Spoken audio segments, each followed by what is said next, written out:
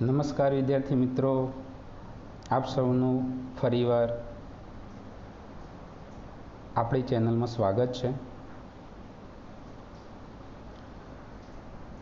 આપણે આર્થિક ભૂગોળના યુનિટ 1 ના ભાગ 1 જેનો ટોપિક છે આર્થિક ભૂગોળની પ્રકૃતિ, જેમાં અત્યાર સુધી આપણે આર્થિક ભૂગોળનો સામાન્ય પરિચય, એની કેટલીક વ્યાખ્યાઓનો અભ્યાસ કર્યો. અત્યાર સુધી જે અભ્યાસ કર્યો એમાં આપને એક વસ્તુનો અથવા તો જે ખ્યાલ આવ્યો હશે અથવા એનો મુખ્ય જે મહત્ત્વનો જે પોઈન્ટ હતો એ હતો કે આર્થિક ભૂગોળ જે છે એના કેન્દ્ર સ્થાને માનવી છે અને એ માનવીની દ્વારા કરવામાં આવતી વિવિધ આર્થિક પ્રવૃત્તિઓ અને એ આર્થિક પ્રવૃત્તિઓ પર અસર કરતી કુદરતી જે પરિસ્થિતિ છે અથવા કુદરતી જે પરિબળો છે એ દ્વારા વિશ્વના અલગ અલગ પ્રદેશોમાં અલગ અલગ પ્રકારની આર્થિક પ્રવૃત્તિઓનું નિર્માણ થયું છે. એટલે મુખ્ય બે બાબતોનો અભ્યાસ થાય છે. એક તો માનવીની આર્થિક પ્રવૃત્તિ અને આર્થિક પ્રવૃત્તિ જે છે એ વિશ્વના અલગ અલગ પ્રદેશોની રહેલી ભૌગોલિક પરિસ્થિતિ જે છે એ ભૌગોલિક પરિસ્થિતિની અસરના કારણે અલગ અલગ પ્રદેશો જે છે એમાં અલગ અલગ પ્રકારની આર્થિક પ્રવૃત્તિઓ નિર્માણ થાય છે. બીજી બાબત કે જે આર્થિક પ્રવૃત્તિઓ છે અને એના આધારે જે અલગ અલગ પ્રદેશોમાં જે અલગ અલગ પ્રકારની આર્થિક પ્રવૃત્તિઓ નિર્માણ થાય છે એ પ્રદેશોનું વિતરણ જે છે એનો અભ્યાસ જે છે આર્થિક ભૂગોળ કરે છે. મિત્રો, આર્થિક ભૂગોળ જે છે એમાં મહત્ત્વની એક બાબત જોવા જઈએ તો આર્થિક સંપત્તિ છે. એટલે કે એને જો ક્રમવાઇઝ જોઈએ તો માનવીનો જ્યારથી ઉદ્ભવ થયો છે અત્યાર સુધી એક ક્રમબદ્ધ રીતે જોઈએ તો આપણને ખ્યાલ આવે કે શિકાર, ખેતી, પશુપાલન, ઉદ્યોગ, વેપાર, વાહન વ્યવહાર, પ્રશાસન, ટેકનોલોજી, આ રીતે ક્રમબદ્ધ રીતે આર્થિક પ્રવૃત્તિઓનો વિકાસ થયો છે. એની સાથે બીજી વસ્તુ એક મહત્ત્વની સમજે આપણે કે આર્થિક પ્રવૃત્તિઓ જે છે એ જે તે પ્રદેશના ભૌગોલિક પરિસ્થિતિ ઉપર ડિપેન્ડેડ છે. એટલે કે એને અનુકૂળ થઈને જ કોઈ પણ પ્રદેશની આર્થિક પ્રવૃત્તિ નિર્માણ થાય છે. જેમ કે વિશ્વના વિવિધ ભૌગોલિક પ્રદેશોને તપાસીએ ત્યારે આપણને ખ્યાલ આવે છે કે વિશ્વમાં અલગ અલગ પ્રકારની ભૂસ્તરીય રચના છે. એના આધારે અલગ અલગ પ્રકારની જમીનોનું નિર્માણ થયું છે. વિશ્વમાં અલગ અલગ પ્રકારની આબોહકીય પરિસ્થિતિને આધારે અલગ અલગ પ્રકારના આબોહકીય પ્રદેશો છે. એ જ પ્રમાણે એટલે કે આબોહકીય પ્રદેશોની જો આપણે એક વાત કરીએ તો મુખ્ય 3 પ્રકારના વિશ્વના પ્રદેશો છે: ઉષ્ણકટિબંધીય, સમશીતોષ્ણકટિબંધીય અને શીતકટિબંધીય. તો આ દરેક પ્રદેશમાં અલગ અલગ પ્રકારની આબોહવાની જે તે પ્રદેશની આર્થિક પ્રવૃત્તિ પર સીધી અસર છે. કેમ? તો એક્ઝામ્પલ તરીકે જોઈએ તો ઉષ્ણકટિબંધીય પ્રદેશ જે ગરમ છે તો એ પ્રદેશમાં ગરમ આબોહવા આધારિત જેટલી પણ આર્થિક પ્રવૃત્તિઓ હશે, એ ખેતી હોય, ઉદ્યોગ હોય, વેપાર હોય, એ પ્રકારે જ આર્થિક પ્રવૃત્તિ નિર્માણ થશે. એવી રીતે સમશીતોષ્ણ કટિબંધ છે, જ્યાં કયા પ્રકારની કન્ડિશન જોવા મળે છે? સમ, એટલે કે જ્યાં બહુ ગરમી પણ નથી, જ્યાં બહુ ઠંડી પણ નથી. તો ત્યાં પણ એક અલગ પ્રકારની ભૌગોલિક પરિસ્થિતિના અલગ પ્રકારના ભૌગોલિક પરિબળોને આધારે અલગ પ્રકારની આર્થિક પ્રવૃત્તિ નિર્માણ થાય છે. એવી જ રીતે શીત કટિબંધમાં પણ જે એકદમ ઠંડો પ્રદેશ છે તો ત્યાં પણ એને અનુકૂળ જ આર્થિક પ્રવૃત્તિ નિર્માણ થશે. વિદ્યાર્થી મિત્રો, આ બાબતોની ચર્ચા કરીને આપણે કેટલીક વ્યાખ્યાઓ જોઈ હતી. આ વ્યાખ્યાઓ સિવાય પણ કેટલીક અન્ય વ્યાખ્યાઓ છે એને પણ આજે કન્ટિન્યુઅસ કરીશું કે જે આગળના ટોપિકમાં આપણે જેટલી વ્યાખ્યાઓ જોઈ હતી એની સાથે કેટલીક જે સ્ક્રીન ઉપર નથી પણ હું તમને કેટલીક વ્યાખ્યાઓની વાત કરીશ જેના ઉપરથી પણ થોડો વધારે આપણે આર્થિક ભૂગોળની જે પ્રકૃતિ છે એનો વધારે ખ્યાલ આવશે. જેમાં જ્હોન અને એલેક્ઝાન્ડર નામના વિદ્વાનોએ એક મહત્વની વાત કરી છે કે આર્થિક ભૂગોળ એ સંપત્તિના ઉત્પાદન, વિનિમય અને ઉપભોગ સાથે સંકળાયેલી માનવીની ત્રિવિધ આર્થિક પ્રવૃત્તિઓના પૃથ્વી સપાટી પરના ભૌગોલિક વિતરણનો અભ્યાસ કરે છે. બસ તમે જુઓ, દરેક વ્યાખ્યામાં ને દરેક આર્થિક ભૂગોળવેત્તા જે છે અને પોતાની દ્રષ્ટિએ અલગ અલગ રીતે કરી છે, પણ એમાં મહત્વની બાબતો તો બે જ છે. એક માનવીની ત્રિવિધ આર્થિક પ્રવૃત્તિ એટલે કે માનવી દ્વારા કરવામાં જે આવતી જે આર્થિક પ્રવૃત્તિ છે, જેમાં એ પ્રવૃત્તિ ક્યારે કે જે કુદરત દ્વારા આપેલી જે સંપત્તિ છે એ સંપત્તિનો ઉપયોગ કરીને એમાંથી જે તે વસ્તુનું ઉત્પાદન થાય છે, એને ઉત્પાદન થઈને એક જગ્યાએથી બીજી જગ્યાએ એનો વેપાર થાય છે, એટલે કે વિનિમય થાય છે, અને ત્રીજી રીતે એ જે જગ્યાએ ઉત્પાદન પહોંચે છે, એ જે વસ્તુ પહોંચે છે એનો અલગ અલગ રીતે ઉપભોગ થાય છે, એટલે કે ઉપયોગ થાય છે. અને આ બધા પાછળ પૃથ્વી સપાટી ઉપર રહેલા જે તે ભૌગોલિક પરિબળો છે એની સ્પષ્ટ અસર છે, અને એ સ્પષ્ટ અસરના કારણે અલગ અલગ પ્રદેશોમાં અલગ અલગ પ્રકારની આર્થિક પ્રવૃત્તિઓ છે.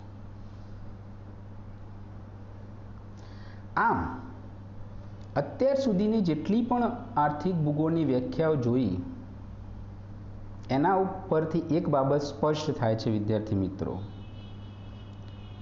કે માનવીનું શરૂઆતથી અત્યાર સુધીની જે યાત્રા રહી છે, એટલે કે એનો જ્યારે ઉદ્ભવ થયો ને, એટલે કે પ્રાથમિક માનવી હતો જે સંપૂર્ણ કુદરતને આધીન હતો, ત્યારથી માંડીને અત્યાર સુધી જે ઔદ્યોગિક માનવી બન્યો છે ત્યાં સુધીની માનવીની જે સફર રહી છે એમાં માનવી સંપૂર્ણપણે કુદરતને આધીન રહ્યો નથી.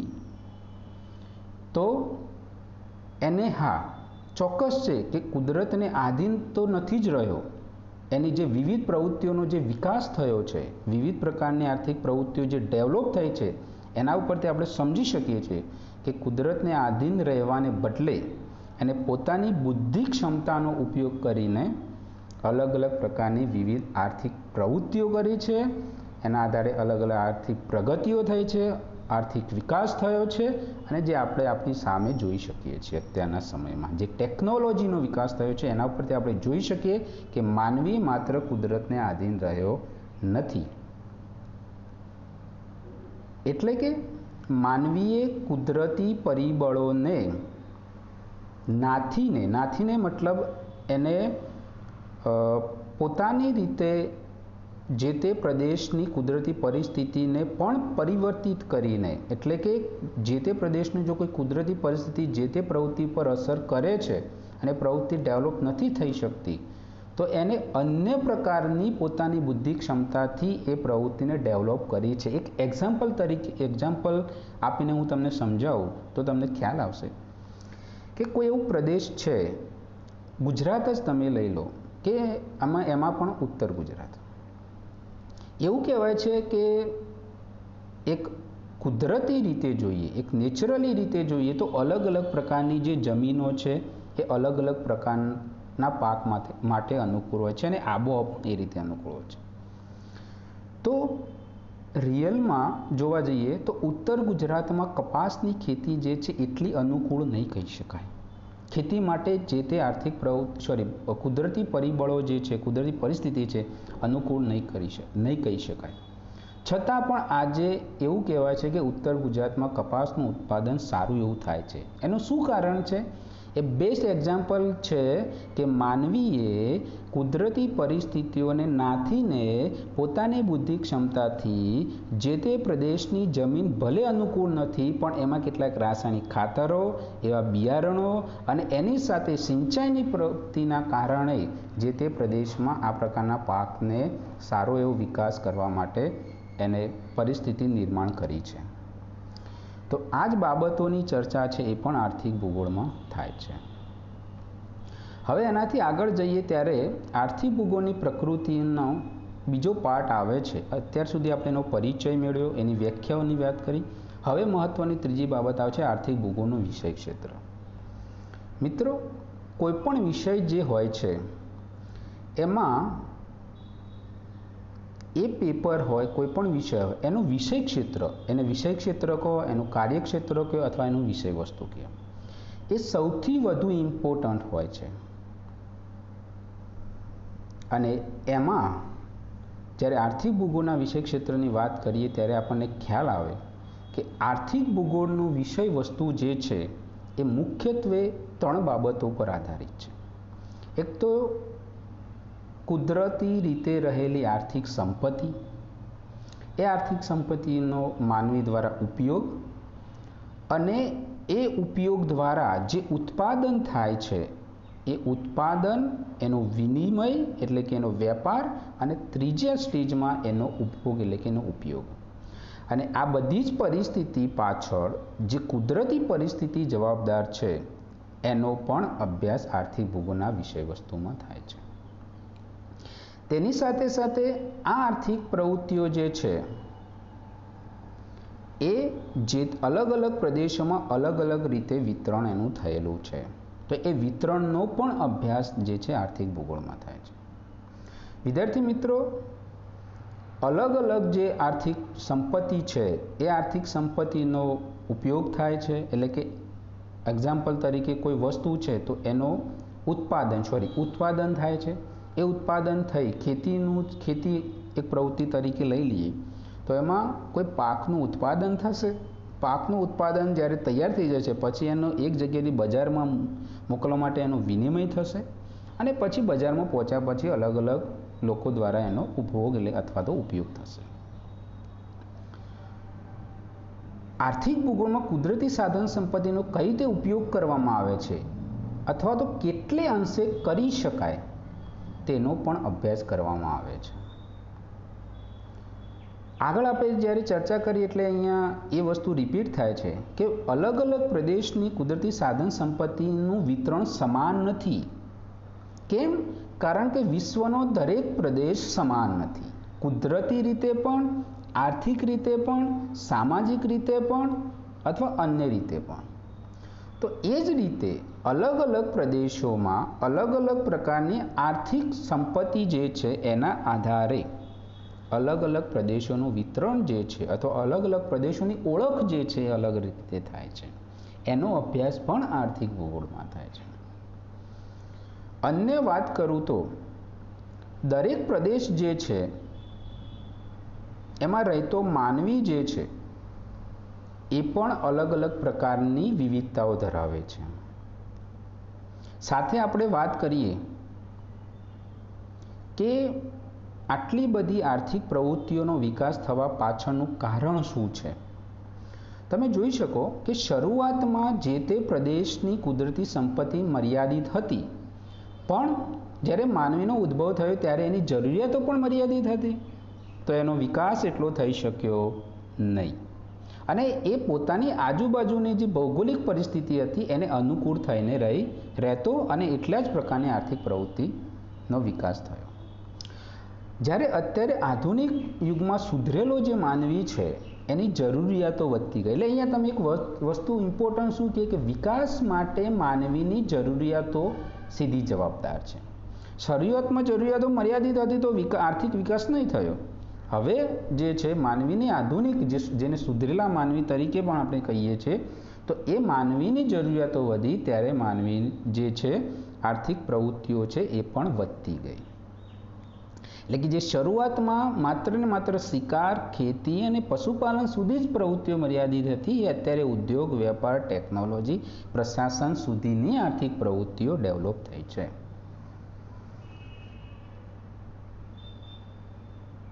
સાથે સાથે આર્થિક ભૂગોળમાં આર્થિક પ્રવૃત્તિઓ પર ભૌગોલિક વાતાવરણનો પ્રભાવ કેવો પડે છે તેનો અભ્યાસ પણ થાય છે. આર્થિક ભૂગોળના કાર્યક્ષેત્રના પાયામાં માનવીની આર્થિક પ્રવૃત્તિઓ જેવી કે શિકાર, પશુપાલન, ખેતી, ઉદ્યોગ, વાહન વ્યવહાર તેમજ વેપાર છે. તો આ જે આર્થિક પ્રવૃત્તિઓ જે છે એ બધું આર્થિક પ્રવૃત્તિઓનું જે કાર્યક્ષેત્ર છે જે એનું વિષય વસ્તુ છે એનો પાયો છે કે જે આર્થિક પ્રવૃત્તિઓ જે ડેવલપ થઈ છે એ, અને એ આર્થિક પ્રવૃત્તિઓ ડેવલપ થવા પાછળ જે ભૌગોલિક પરિબળોની અસર રહેલી છે એ પણ એના મુખ્ય પાયામાં રહેલી છે. તો આ માહિતી દ્વારા આપણે સમજી શકીએ છીએ કે આર્થિક ભૂગોળનું કાર્યક્ષેત્ર જે છે એ ખૂબ જ વિશાળ અને વિસ્તૃત છે. હવે આર્થિક ભૂગોળના વિષય વસ્તુમાં જે સ્ક્રીન ઉપર તમે જોઈ શકો છો એ મુદ્દાઓને જ્યારે સમજીએ ત્યારે તમને થોડો વધારે ખ્યાલ આવશે. આર્થિક ભૂગોળનો જે વિષય વસ્તુ છે એ માનવીના વિકાસની સાથે જ સંકળાયેલું છે અને માનવીના ઉદ્ભવથી અત્યાર સુધીના જે એની વિકાસ યાત્રા છે એની સાથે સીધું સંકળાયેલું છે.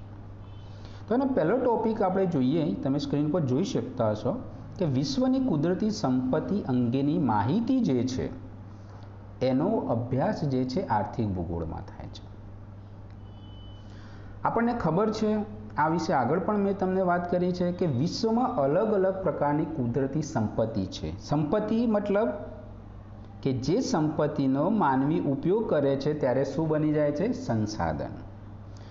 જેમાં વનસ્પતિ છે એટલે કે જે જંગલના સ્વરૂપમાં છે, મત્સ્ય છે એટલે માછલી, અન્ય પ્રાણી સંપત્તિ, ખનિજ સંપત્તિ, કૃષિ સંપત્તિ, આવી અલગ અલગ પ્રકારની જે છે એ સંપત્તિઓ રહેલી છે.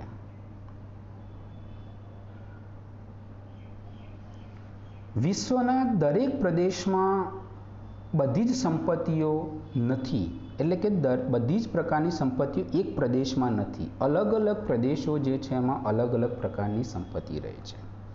એના જ આધારે વિશ્વમાં આર્થિક સંપત્તિઓનું વિતરણ જે છે એ ખૂબ જ વિસ્તૃત છે, અને જે વિતરણ રહેલું છે એના આધારે જે અલગ અલગ પ્રકારના પ્રાદેશિક પ્રદેશો નિર્માણ થાય છે એનો અભ્યાસ આર્થિક ભૂગોળ કરે છે. બીજો તમે ટોપિક અહીંયા જોઈ શકતા છો, ઉદ્યોગ અને વાહન વ્યવહાર વિશે માહિતી.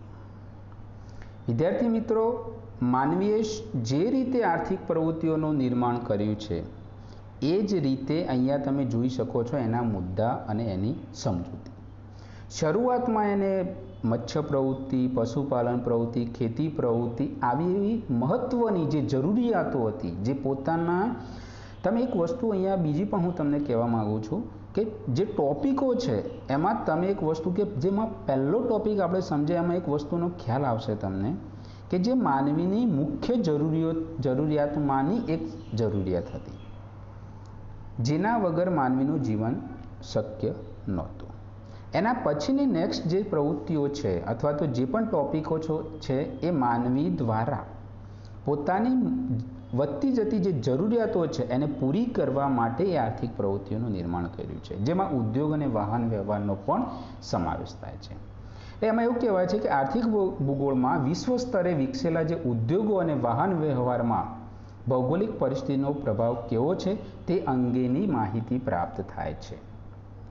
એટલે અહીંયા તમે સ્પષ્ટ સમજો છો કે ઉદ્યોગો અને વાહન વ્યવહાર માત્ર એમ જ ડેવલપ નથી થતા, એના પાછળ જે તે પ્રદેશની ભૌગોલિક પરિસ્થિતિ જવાબદાર છે. એટલે કે તમારે ઉદ્યોગનો વિકાસ કરવો છે અથવા ઉદ્યોગ તમારે સ્થાપવો છે તો પહેલાં જે તે પ્રદેશની ભૌગોલિક પરિસ્થિતિ તપાસવી પડશે. ત્યારબાદ જ તમે જે તે પ્રદેશની ભૌગોલિક પરિસ્થિતિ કેવી છે એને આધારિત જ જે તે પ્રદેશની આપણે અભ્યાસ કરી શકીશું અથવા જે તે પ્રવૃત્તિ જે છે એને ડેવલપ કરી શકીશું, એટલે કે જે તે ઉદ્યોગ જે સ્થાપવો છે સ્થાપી શકીશું. એવી જ રીતે વાહન વ્યવહાર પણ એ જ રીતે જવાબદાર છે. એને એક્ઝામ્પલ તરીકે સમજીશું તો વાહન વ્યવહાર જે છે, જે જમીન, સપાટ જમીન છે એમાં જેટલું એને સ્થાપવું અનુકૂળ છે એના કરતાં પહાડી પ્રદેશોમાં જ્યારે વાહન વ્યવહાર સ્થાપવો હશે અથવા એનું નિર્માણ કરવું હશે તો એટલો ડિફિકલ્ટ છે. તો મોટાભાગનો વાહન વ્યવહારની પ્રવૃત્તિ છે એ પણ ભૌગોલિક પરિસ્થિતિ પર સીધી જવાબદાર છે. એવી જ રીતે ઉદ્યોગો પણ તમારે સ્થાપવા હશે તો જે તે પ્રદેશની ભૌગોલિક પરિસ્થિતિના પર ડિપેન્ડન્ટ છે. ત્રીજો મુદ્દો તમે જોઈ શકો છો, વસ્તી, વેપાર અને વસાહતો. વિદ્યાર્થી મિત્રો, આ આર્થિક ભૂગોળ જે છે એમાં વસ્તી પણ મહત્વની. વસ્તી એટલે શું? અહીંયા મેં તમને પહેલે જ કીધું કે માનવ ભૂગોળના દરેક વિષયમાં, દરેક ટોપિકમાં માનવ કેન્દ્ર સ્થાને, વસ્તી મતલબ માનવી, એ માનવી જે છે એનું જ્યારે ગણતરીમાં લઈએ છીએ ત્યારે વસ્તીના સંદર્ભમાં વસ્તી વિતરણ, વસ્તી ગીચતા, એની વૃદ્ધિ, આ બધી બાબતોનો પણ અભ્યાસ કરવો જરૂરી છે, જે આર્થિક ભૂગોળમાં પણ અભ્યાસ થાય છે. એની સાથે વસાહતો જે છે એનો પણ મહત્ત્વનો અભ્યાસ થાય છે આર્થિક ભૂગોળમાં, જેમાં માનવી દ્વારા જેમ જેમ વિકાસ થતો ગયો માનવીનો એમ એમ એને અત્યાર સુધી બે પ્રકારની વસાહતો નિર્માણ કરી છે, ગ્રામીણ વસાહત અને શહેરી વસાહત. સાથે સાથે એક મહત્ત્વનો ટોપિક છે ઉદ્યોગ, વાહન વ્યવહાર પછી એક છે વેપાર.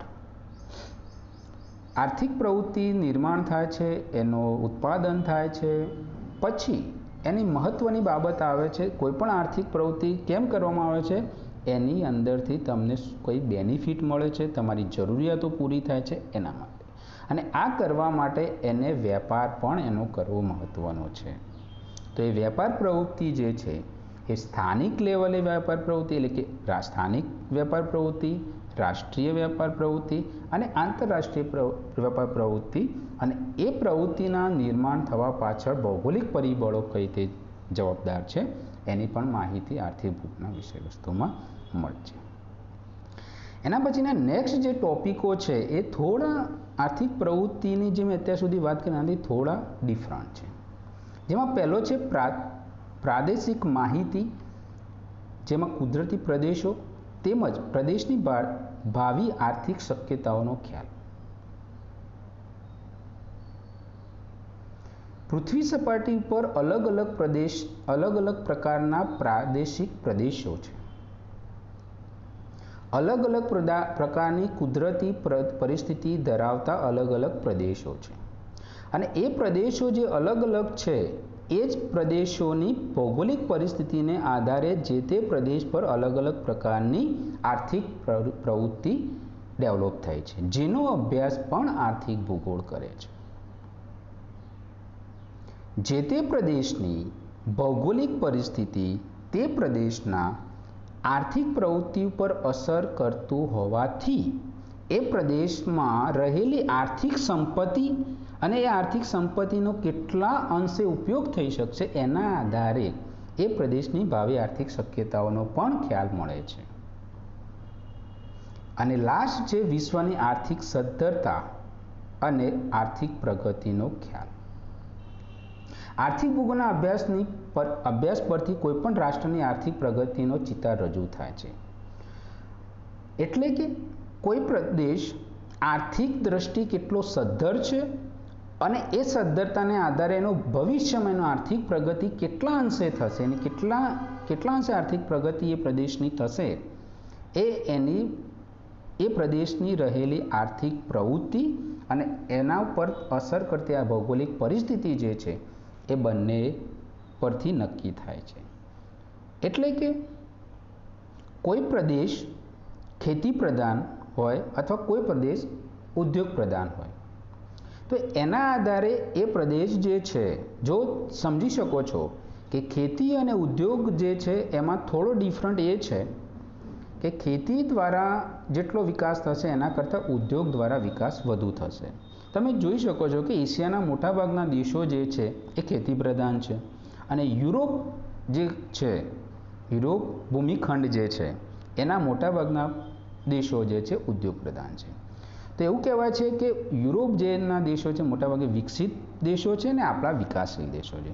તો જે તે પ્રદેશની પ્રવૃત્તિ ઉપરથી એની વિકાસની પણ ગણતરી કરી શકાય છે અને એની ભાવિ પ્રગતિ કેવી હશે એનો પણ ખ્યાલ મળે છે.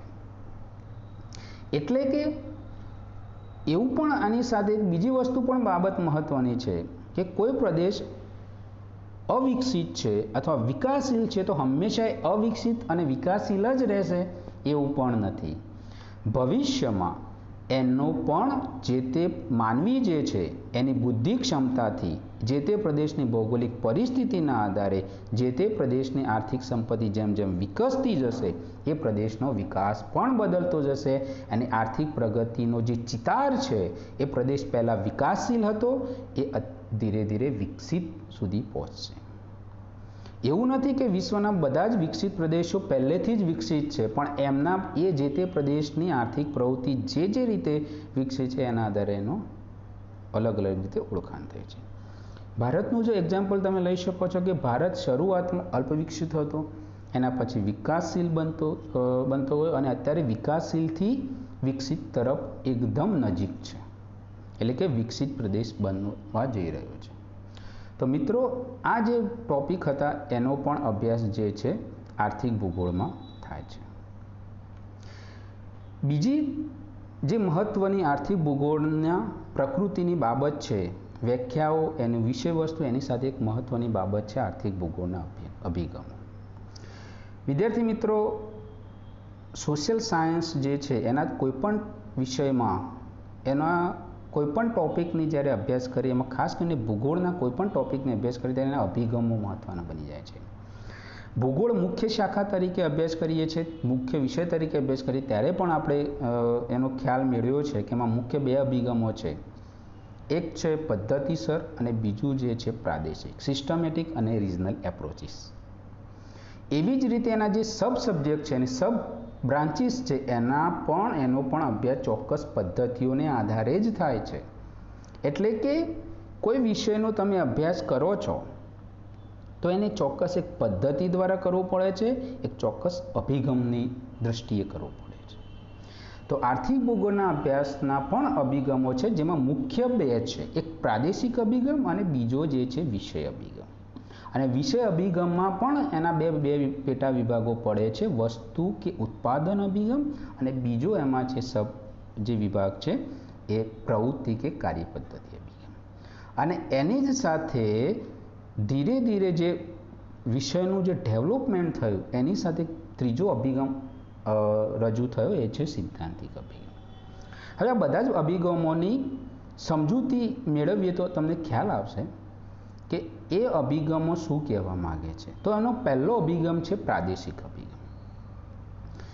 વિદ્યાર્થી મિત્રો, પહેલાં જ મેં તમને ચર્ચા કરી કે આર્થિક ભૂગોળ જે છે એમાં આર્થિક પ્રવૃત્તિ અને એના પર અસર કરતી ભૌગોલિક પરિસ્થિતિની સાથે સાથે તે પ્રદેશ જે તે આર્થિક પ્રવૃત્તિના આધારે અલગ અલગ પ્રદેશોનું જે વિતરણ થયું છે, અલગ અલગ પ્રદેશોનું જે નિર્માણ થયું છે, જેની ઓળખ માત્ર ને માત્ર આર્થિક પ્રવૃત્તિ છે, તો એ આર્થિક પ્રવૃત્તિ જે છે અથવા તો એ આર્થિક પ્રવૃત્તિના આધારે જે ઓળખાયેલા પ્રદેશો છે એનો અભ્યાસ જે થાય છે એ આર્થિક ભૂગોળના પ્રાદેશિક અભિગમ દ્વારા થાય છે. એટલે કે વિશ્વના અલગ અલગ પ્રાદેશિક પ્રદેશો છે, અલગ અલગ જે પ્રદેશો છે, પ્રાદેશિક અભિગમનો મુખ્ય હેતુ શું છે કે જેમાં પહેલાં ચોક્કસ પ્રદેશો નક્કી કરવામાં આવે છે. એટલે કે ચોક્કસ આર્થિક ભૂગોળના અભિગમમાં જોઈએ તો એમાં ચોક્કસ સર્વપ્રથમ ભૂ આર્થિક પ્રદેશ એક કલ્પવામાં આવે છે.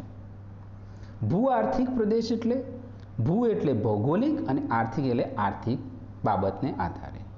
તો ભૌગોલિક અને આર્થિક બાબતને આધારે ઓળખાયેલા જે પ્રદેશો જે છે એનો અભ્યાસ જે છે પ્રાદેશિક અભિગમના સંદર્ભમાં કરવામાં આવે છે. જો કે વિશ્વમાં જે કુદરતી સંપત્તિનું નિર્માણ છે, જે ભૌગોલિક પરિસ્થિતિ છે, એના આધારે તે ચોક્કસ ભૌગોલિક પ્રદેશ ઓળખવો મુશ્કેલ છે. એટલે કે તમે ભૌગોલિક પરિસ્થિતિ ખાસ કરીને જોઈએ તો જે તે પ્રદેશની ભૂસ્તરીય રચના છે, આબોહવા છે, તો એને ચોક્કસ તમે એક હદ એટલે કે એક સીમામાં તમે નહીં એને અલગ કરી શકો, પણ ચોક્કસ રીતે એની ભૌગોલિક પરિસ્થિતિ તમે ઓળખશો અને એના આધારે કહી શકશો કે આ ગરમ અને શુષ્ક પ્રદેશ છે, આ ગરમ અને ભેજવાળો પ્રદેશ છે, આ એકદમ ગરમ પ્રદેશ છે, આ એકદમ ઠંડો પ્રદેશ છે, આ ફળદ્રુપ પ્રદેશ છે, આ એકદમ રેતાળ અને રણ પ્રદેશ છે. તો આ જે ભૌગોલિક પરિસ્થિતિ જે છે એના આધારે અલગ અલગ પ્રકારની ભૌગોલિક પ્રવૃત્તિઓ જે ડેવલપ થઈ છે એનો જે તે પ્રદેશોમાં વિભાજિત કરીને જ્યારે અભ્યાસ થાય છે ત્યારે એને આપણે પ્રાદેશિક અભિગમથી અભ્યાસ થયો કહેવાય છે. બીજો એનો અભિગમ મહત્વનો છે વિષય અભિગમ. વિષય અભિગમ એ પ્રાદેશિક અભિગમથી એવી રીતે જુદો છે કે આ અભિગમ હેઠળ કોઈ પ્રદેશ નક્કી કરીને તેમાં થતી વિવિધ પ્રવૃત્તિઓની આર્થિક અને ભૌગોલિક બાબતો ને સંકુલિત ચર્ચા કરવાને બદલે અભ્યાસ માટે સર્વપ્રથમ વસ્તુ, પેદાશ કે ઉત્પાદન અથવા વિશિષ્ટ પ્રવૃત્તિ પ્રકારે નક્કી કરવામાં આવે છે. અહીંયા પ્રાદેશિક અભિગમથી અહીંયા અલગ એ છે કે પહેલામાં પ્રદેશ નક્કી કરીને જે તે આર્થિક પ્રવૃત્તિનો અભ્યાસ થતો હતો. અહીંયા કોઈ પણ આર્થિક પ્રવૃત્તિ જે છે એમાં કોઈ વસ્તુ છે, એ વસ્તુ એક પ્રવૃત્તિ છે, આ બધાને મહત્વ આપીને એનો અભ્યાસ થાય છે. એટલે કે એના જે પેટા વિભાગો છે એને જ્યારે સમજીશું ત્યારે આખો આપણે વિષય અભિગમને સમજી શકશું. જેમાં પહેલો છે વસ્તુ કે ઉત્પાદન અભિગમ. અહીંયા સીધી રીતે સમજી શકાય છે કોઈ વસ્તુ જે છે આર્થિક પ્રવૃત્તિના સંદર્ભમાં કોઈ વસ્તુ છે, કોઈ પ્રવૃત્તિના ભાગરૂપ કોઈ વસ્તુ છે, એને સૌથી વધુ ઇમ્પોર્ટન્ટ આપવામાં આવે છે. એટલે કે એક્ઝામ્પલ તરીકે સમજીએ તો ખેતી જે છે એક પ્રવૃત્તિ છે અને એ પ્રવૃત્તિના ભાગરૂપ આપણે અલગ અલગ પ્રકારના પાકો જે છે ઉગાડીએ છીએ. હવે એક્ઝામ્પલ તરીકે જેમાં એક ઘઉં એક પાક છે, એક વસ્તુ છે, એનું ઉત્પાદન કરવાનું છે. તો એ વસ્તુનું ઉત્પાદનની ઐતિહાસિક બાબતથી માંડીને એની ઐતિહાસિક અભ્યાસ, એનો કઈ રીતે એનું ઉત્પાદન થાય છે, એ કેવી રીતે આપણને મળે છે અને કેવી રીતે એને બજાર સુધી આપણે પહોંચાડી શકીએ. એટલે કે ઘઉં જે છે એનું ઉત્પાદન કઈ રીતે કરવામાં આવે છે, એમાં કયા પ્રકારના જરૂરિયાતો, ભૌગોલિક બાબતો જે છે, ભૌગોલિક પરિસ્થિતિ છે, જે અનુકૂળતાઓ છે, કઈ કઈ જરૂર પડશે, એ બધાનો અભ્યાસ પણ એમાં થાય છે. સાથે જ બીજી પણ કેટલીક વસ્તુઓ છે કે કોઈ પણ વસ્તુનું ઉત્પાદન જે થાય છે, જેમાં શિકાર હોય, એટલે કે પ્રવૃત્તિના ભાગરૂપ પશુપાલન હોય. પશુપાલન પણ એક છે કે જે પશુપાલનમાં તમે જે કરો છો પશુપાલન, એમાં કોઈ વસ્તુ, એટલે કે તમે પશુપાલન પ્રવૃત્તિ ખાસ કરીને દૂધ ઉત્પાદન માટે કરીએ છીએ. તો એ દૂધ ઉત્પાદન જે થાય છે એનાની આખી જે પ્રોસેસ છે, એ વસ્તુ સાથે જોડાયેલી જે પ્રોસેસ છે, એનો અભ્યાસ છે જે વસ્તુ અભિગમના સંદર્ભમાં થાય છે. એની સાથે એનો બીજો પેટા વિભાગ છે પ્રવૃત્તિ અભિગમ અને કે કાર્ય પદ્ધતિ અભિગમ. અહીંયા તમે એક વસ્તુ સમજો કે વસ્તુ અભિગમ અને પ્રવૃત્તિ અભિગમમાં એટલો બધો ડિફરન્ટ નથી, પણ એને એક વાક્યમાં કહેવું તો કહી શકાય કે વસ્તુ અભિગમ એ પ્રવૃત્તિ અભિગમનું પરિણામ છે. કેવી રીતે? કે ખેતી એક પ્રવૃત્તિ છે જેમાં અલગ અલગ પ્રકારની ખેતીનો સમાવેશ થાય છે. સાદી ખેતી, મિશ્ર ખેતી, સઘન ખેતી, વેપારી ખેતી, આવી અલગ અલગ પ્રકાર. જેમાં મિશ્ર ખેતીના ભાગરૂપ જોઈએ તો એ ખેતી પ્રવૃત્તિમાં અલગ અલગ પ્રકારની બાબતોનો અલગ અલગ પ્રકારની ખેતી પ્રવૃત્તિઓ આવે. એટલે કે કોઈ પ્રદેશમાં મિશ્ર પ્રકારની ખેતી પ્રવૃત્તિ થતી હશે તો એમાં એ વસ્તુનો પણ સમાવેશ કરવામાં આવે છે. કારણ કે ખેતી પ્રવૃત્તિ ક્યારે થાય? પ્રવૃત્તિ એ બૃહદ છે અને એમાં એ પ્રવૃત્તિના ભાગરૂપ જે વસ્તુનું ઉત્પાદન થાય છે, વસ્તુ અભિગમના ભાગરૂપ છે. ઓકે, મતલબ વસ્તુ એ પ્રવૃત્તિ અભિગમ, વસ્તુ અભિગમ જે છે પ્રવૃત્તિ અભિગમનો જ ભાગ છે, પણ એમાં વસ્તુનું મહત્વ છે અને અહીંયા પ્રવૃત્તિનું મહત્વ છે. ઉદ્યોગ એક પ્રવૃત્તિ છે. ઉદ્યોગમાં અલગ અલગ પ્રકારના જે ઉદ્યોગો છે વસ્તુ અભિગમના ભાગરૂપ છે. એટલે કે એ કાપડ ઉદ્યોગ હોય, લોખંડ પોલાદ ઉદ્યોગ હોય, તો એ વસ્તુ અભિગમ છે, પણ એને ઉદ્યોગ પ્રવૃત્તિ તરીકે એમાં અલગ અલગ પ્રકારના કાપડ ઉદ્યોગમાં પણ જે છે એમાં આપણે ઉદ્યોગના અલગ અલગ જ્યારે પ્રકારો પાડીએ છીએ, નાના પાયાનો, મધ્યમ ઉદ્યોગ, મોટા પાયાનો ઉદ્યોગ, તો આ બધા જે છે પ્રવૃત્તિના ભાગરૂપ છે અને એની અંદર પર્ટિક્યુલર કોઈ ઉદ્યોગનો સમાવેશ કરીએ છીએ ત્યારે વસ્તુ અભિગમ બને છે. અને લાસ્ટ જે છે અભિગમ, જેમાં લાસ્ટ અભિગમની જો ચર્ચા કરીએ આપણે તો એમાં સિદ્ધાંતિક અભિગમ. અહીંયા અત્યાર સુધી જે શરૂઆતમાં જે આર્થિક ભૂગોળનો અભ્યાસ થયો ત્યારે બે અભિગમોથી જ અભ્યાસ થતો હતો, પણ છેલ્લા કેટલાક સમયથી કોઈપણ વિષય જે છે એને પર્ટિક્યુલર ચોક્કસ નિયમ અને સિદ્ધાંત સાથે સમજવો જરૂરી બન્યો છે. એટલે કે એક ચોક્કસ નિયમ હોય છે. કોઈ પણ જે ટોપિક હોય, કોઈ પણ વસ્તુની વાત કરતા હોય, કોઈ પણ ટોપિકની વાત કરતા હોય તો એની સાથે ચોક્કસ એક અભિગમ જોડાયેલો હોય છે, ચોક્કસ એક સિદ્ધાંત જોડાયેલો હોય છે. એટલે કે કોઈ પ્રદેશ જે છે એમાં કોઈ પ્રવૃત્તિનું તમારે ડેવલપમેન્ટ કરવું છે તો એ પ્રવૃત્તિ જે તે એક ચોક્કસ નિયમ સાથે જ ડેવલપ થશે. એ એક્ઝામ્પલ એને ખેતી દ્વારા સમજીએ તો એમાં એને અનુકૂળ લઈને એક આર્થિક ભૂગોળના ઘણા બધા અભિગમો છે, જેમાં ખેતી જે પ્રવૃત્તિ છે એ ગામથી શહેર તરફ જઈએ એમ અથવા તો શહેરથી ગામ તરફ આવીએ છીએ એમ પર્ટિક્યુલર જે પ્રવૃત્તિ છે એનું ડેવલપમેન્ટ કેવી રીતે થાય, તમે એ પ્રવૃત્તિ કેવી રીતે વિકસાવી શકો અથવા કયા ભાગમાં કઈ પ્રવૃત્તિ તમે વિકસાવશો તો એનાથી તમને વધારે બેનિફિટ થશે, એ ચોક્કસ સિદ્ધાંત દ્વારા જ્યારે અભ્યાસ કરીએ તો જ ખ્યાલ આવે છે. શહેર છે તો શહેરની નજીક મહત્ત્વની જરૂરિયાતો શું છે કે જેને ઝડપી પહોંચાડી શકે એવી કઈ આર્થિક પ્રવૃત્તિ છે કે જે શહેરથી નજીક હોવી જોઈએ, કે જે બજાર જે છે શહેરની નજીક હોવું જોઈએ જેથી એ વસ્તુ છે ઝડપી પહોંચે અથવા બગડે નહીં. એ જેમાં શાકભાજી છે એટલે કે શાક માર્કેટ છે, દૂધ ઉત્પાદન પ્રવૃત્તિ છે, આ બધી શહેરની નજીક હોવી જોઈએ, એક બેલ્ટ તરીકે ડેવલપ થવો જોઈએ. જ્યારે ખેતી આ જે પ્રવૃત્તિઓ છે એ શહેરથી થોડી દૂર હોય તો વાંધો એટલે કે એમાં કંઈ વાંધો આવે નહીં, કારણ કે જે બગડતું નથી, જે વસ્તુ બગડતી નથી તમે દૂર એને આર્થિક પ્રવૃત્તિને વિકસાવી શકો. ઉદ્યોગોનો પણ વિકાસ છે, એના ઉપર પણ ચોક્કસ ઉદ્યોગો જે છે એના પર્ટિક્યુલર એક સિદ્ધાંતો છે.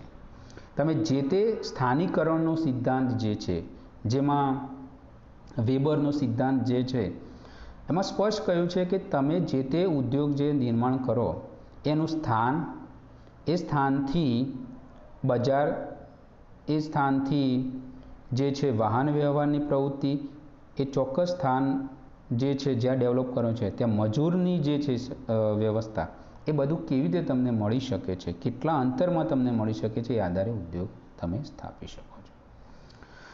તો આ સમગ્ર આર્થિક ભૂગોળની પ્રકૃતિમાં તમે સમજ્યા હશો વિદ્યાર્થી મિત્રો કે આર્થિક ભૂગોળની સમસ્યા જે છે કોઈ અભિગમ હેઠળ અભ્યાસવામાં આવે તો પણ એક બાબતનો ખ્યાલ બહાર જઈ શકતી નથી અને વિષયની જે આ વિષય જે છે એ સતત પરિવર્તનશીલ છે, સતત ચંચળ છે, એમાં ચંચળતા છે.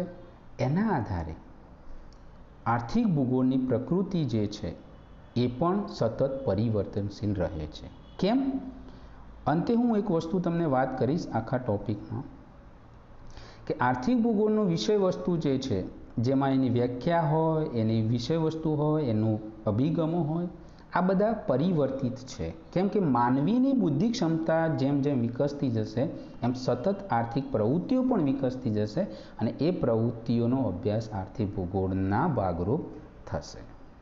એટલે આમ અત્યાર સુધી આપણે આ ટોપિકમાં આખા યુનિટમાં આર્થિક ભૂગોળની પ્રકૃતિના ભાગરૂપ એની વ્યાખ્યાઓ, આર્થિક ભૂગોળનું વિષય વસ્તુ, એની અભિગમો દ્વારા એક વસ્તુ સમજ્યા આપણે કે આર્થિક ભૂગોળ એ મહત્ત્વની આર્થિક પ્રવૃત્તિઓ, એ આર્થિક પ્રવૃત્તિઓ જે ભૌગોલિક પરિસ્થિતિ આર્થિક પ્રવૃત્તિઓ વિકાસ થવા માટે જે ભૌગોલિક પરિસ્થિતિ જવાબદાર છે એ બાબતો અને એના આધારે એ આર્થિક પ્રવૃત્તિઓનું જે અલગ અલગ પ્રદેશોમાં નિર્માણ થયેલું છે, અલગ પ્રદેશોમાં જે વિતરણ થયેલું છે એનો અભ્યાસ જે છે આર્થિક ભૂગોળ કરે છે. આપ સૌ વિદ્યાર્થી મિત્રોને આ ટોપિકમાં ખ્યાલ આવ્યો હશે.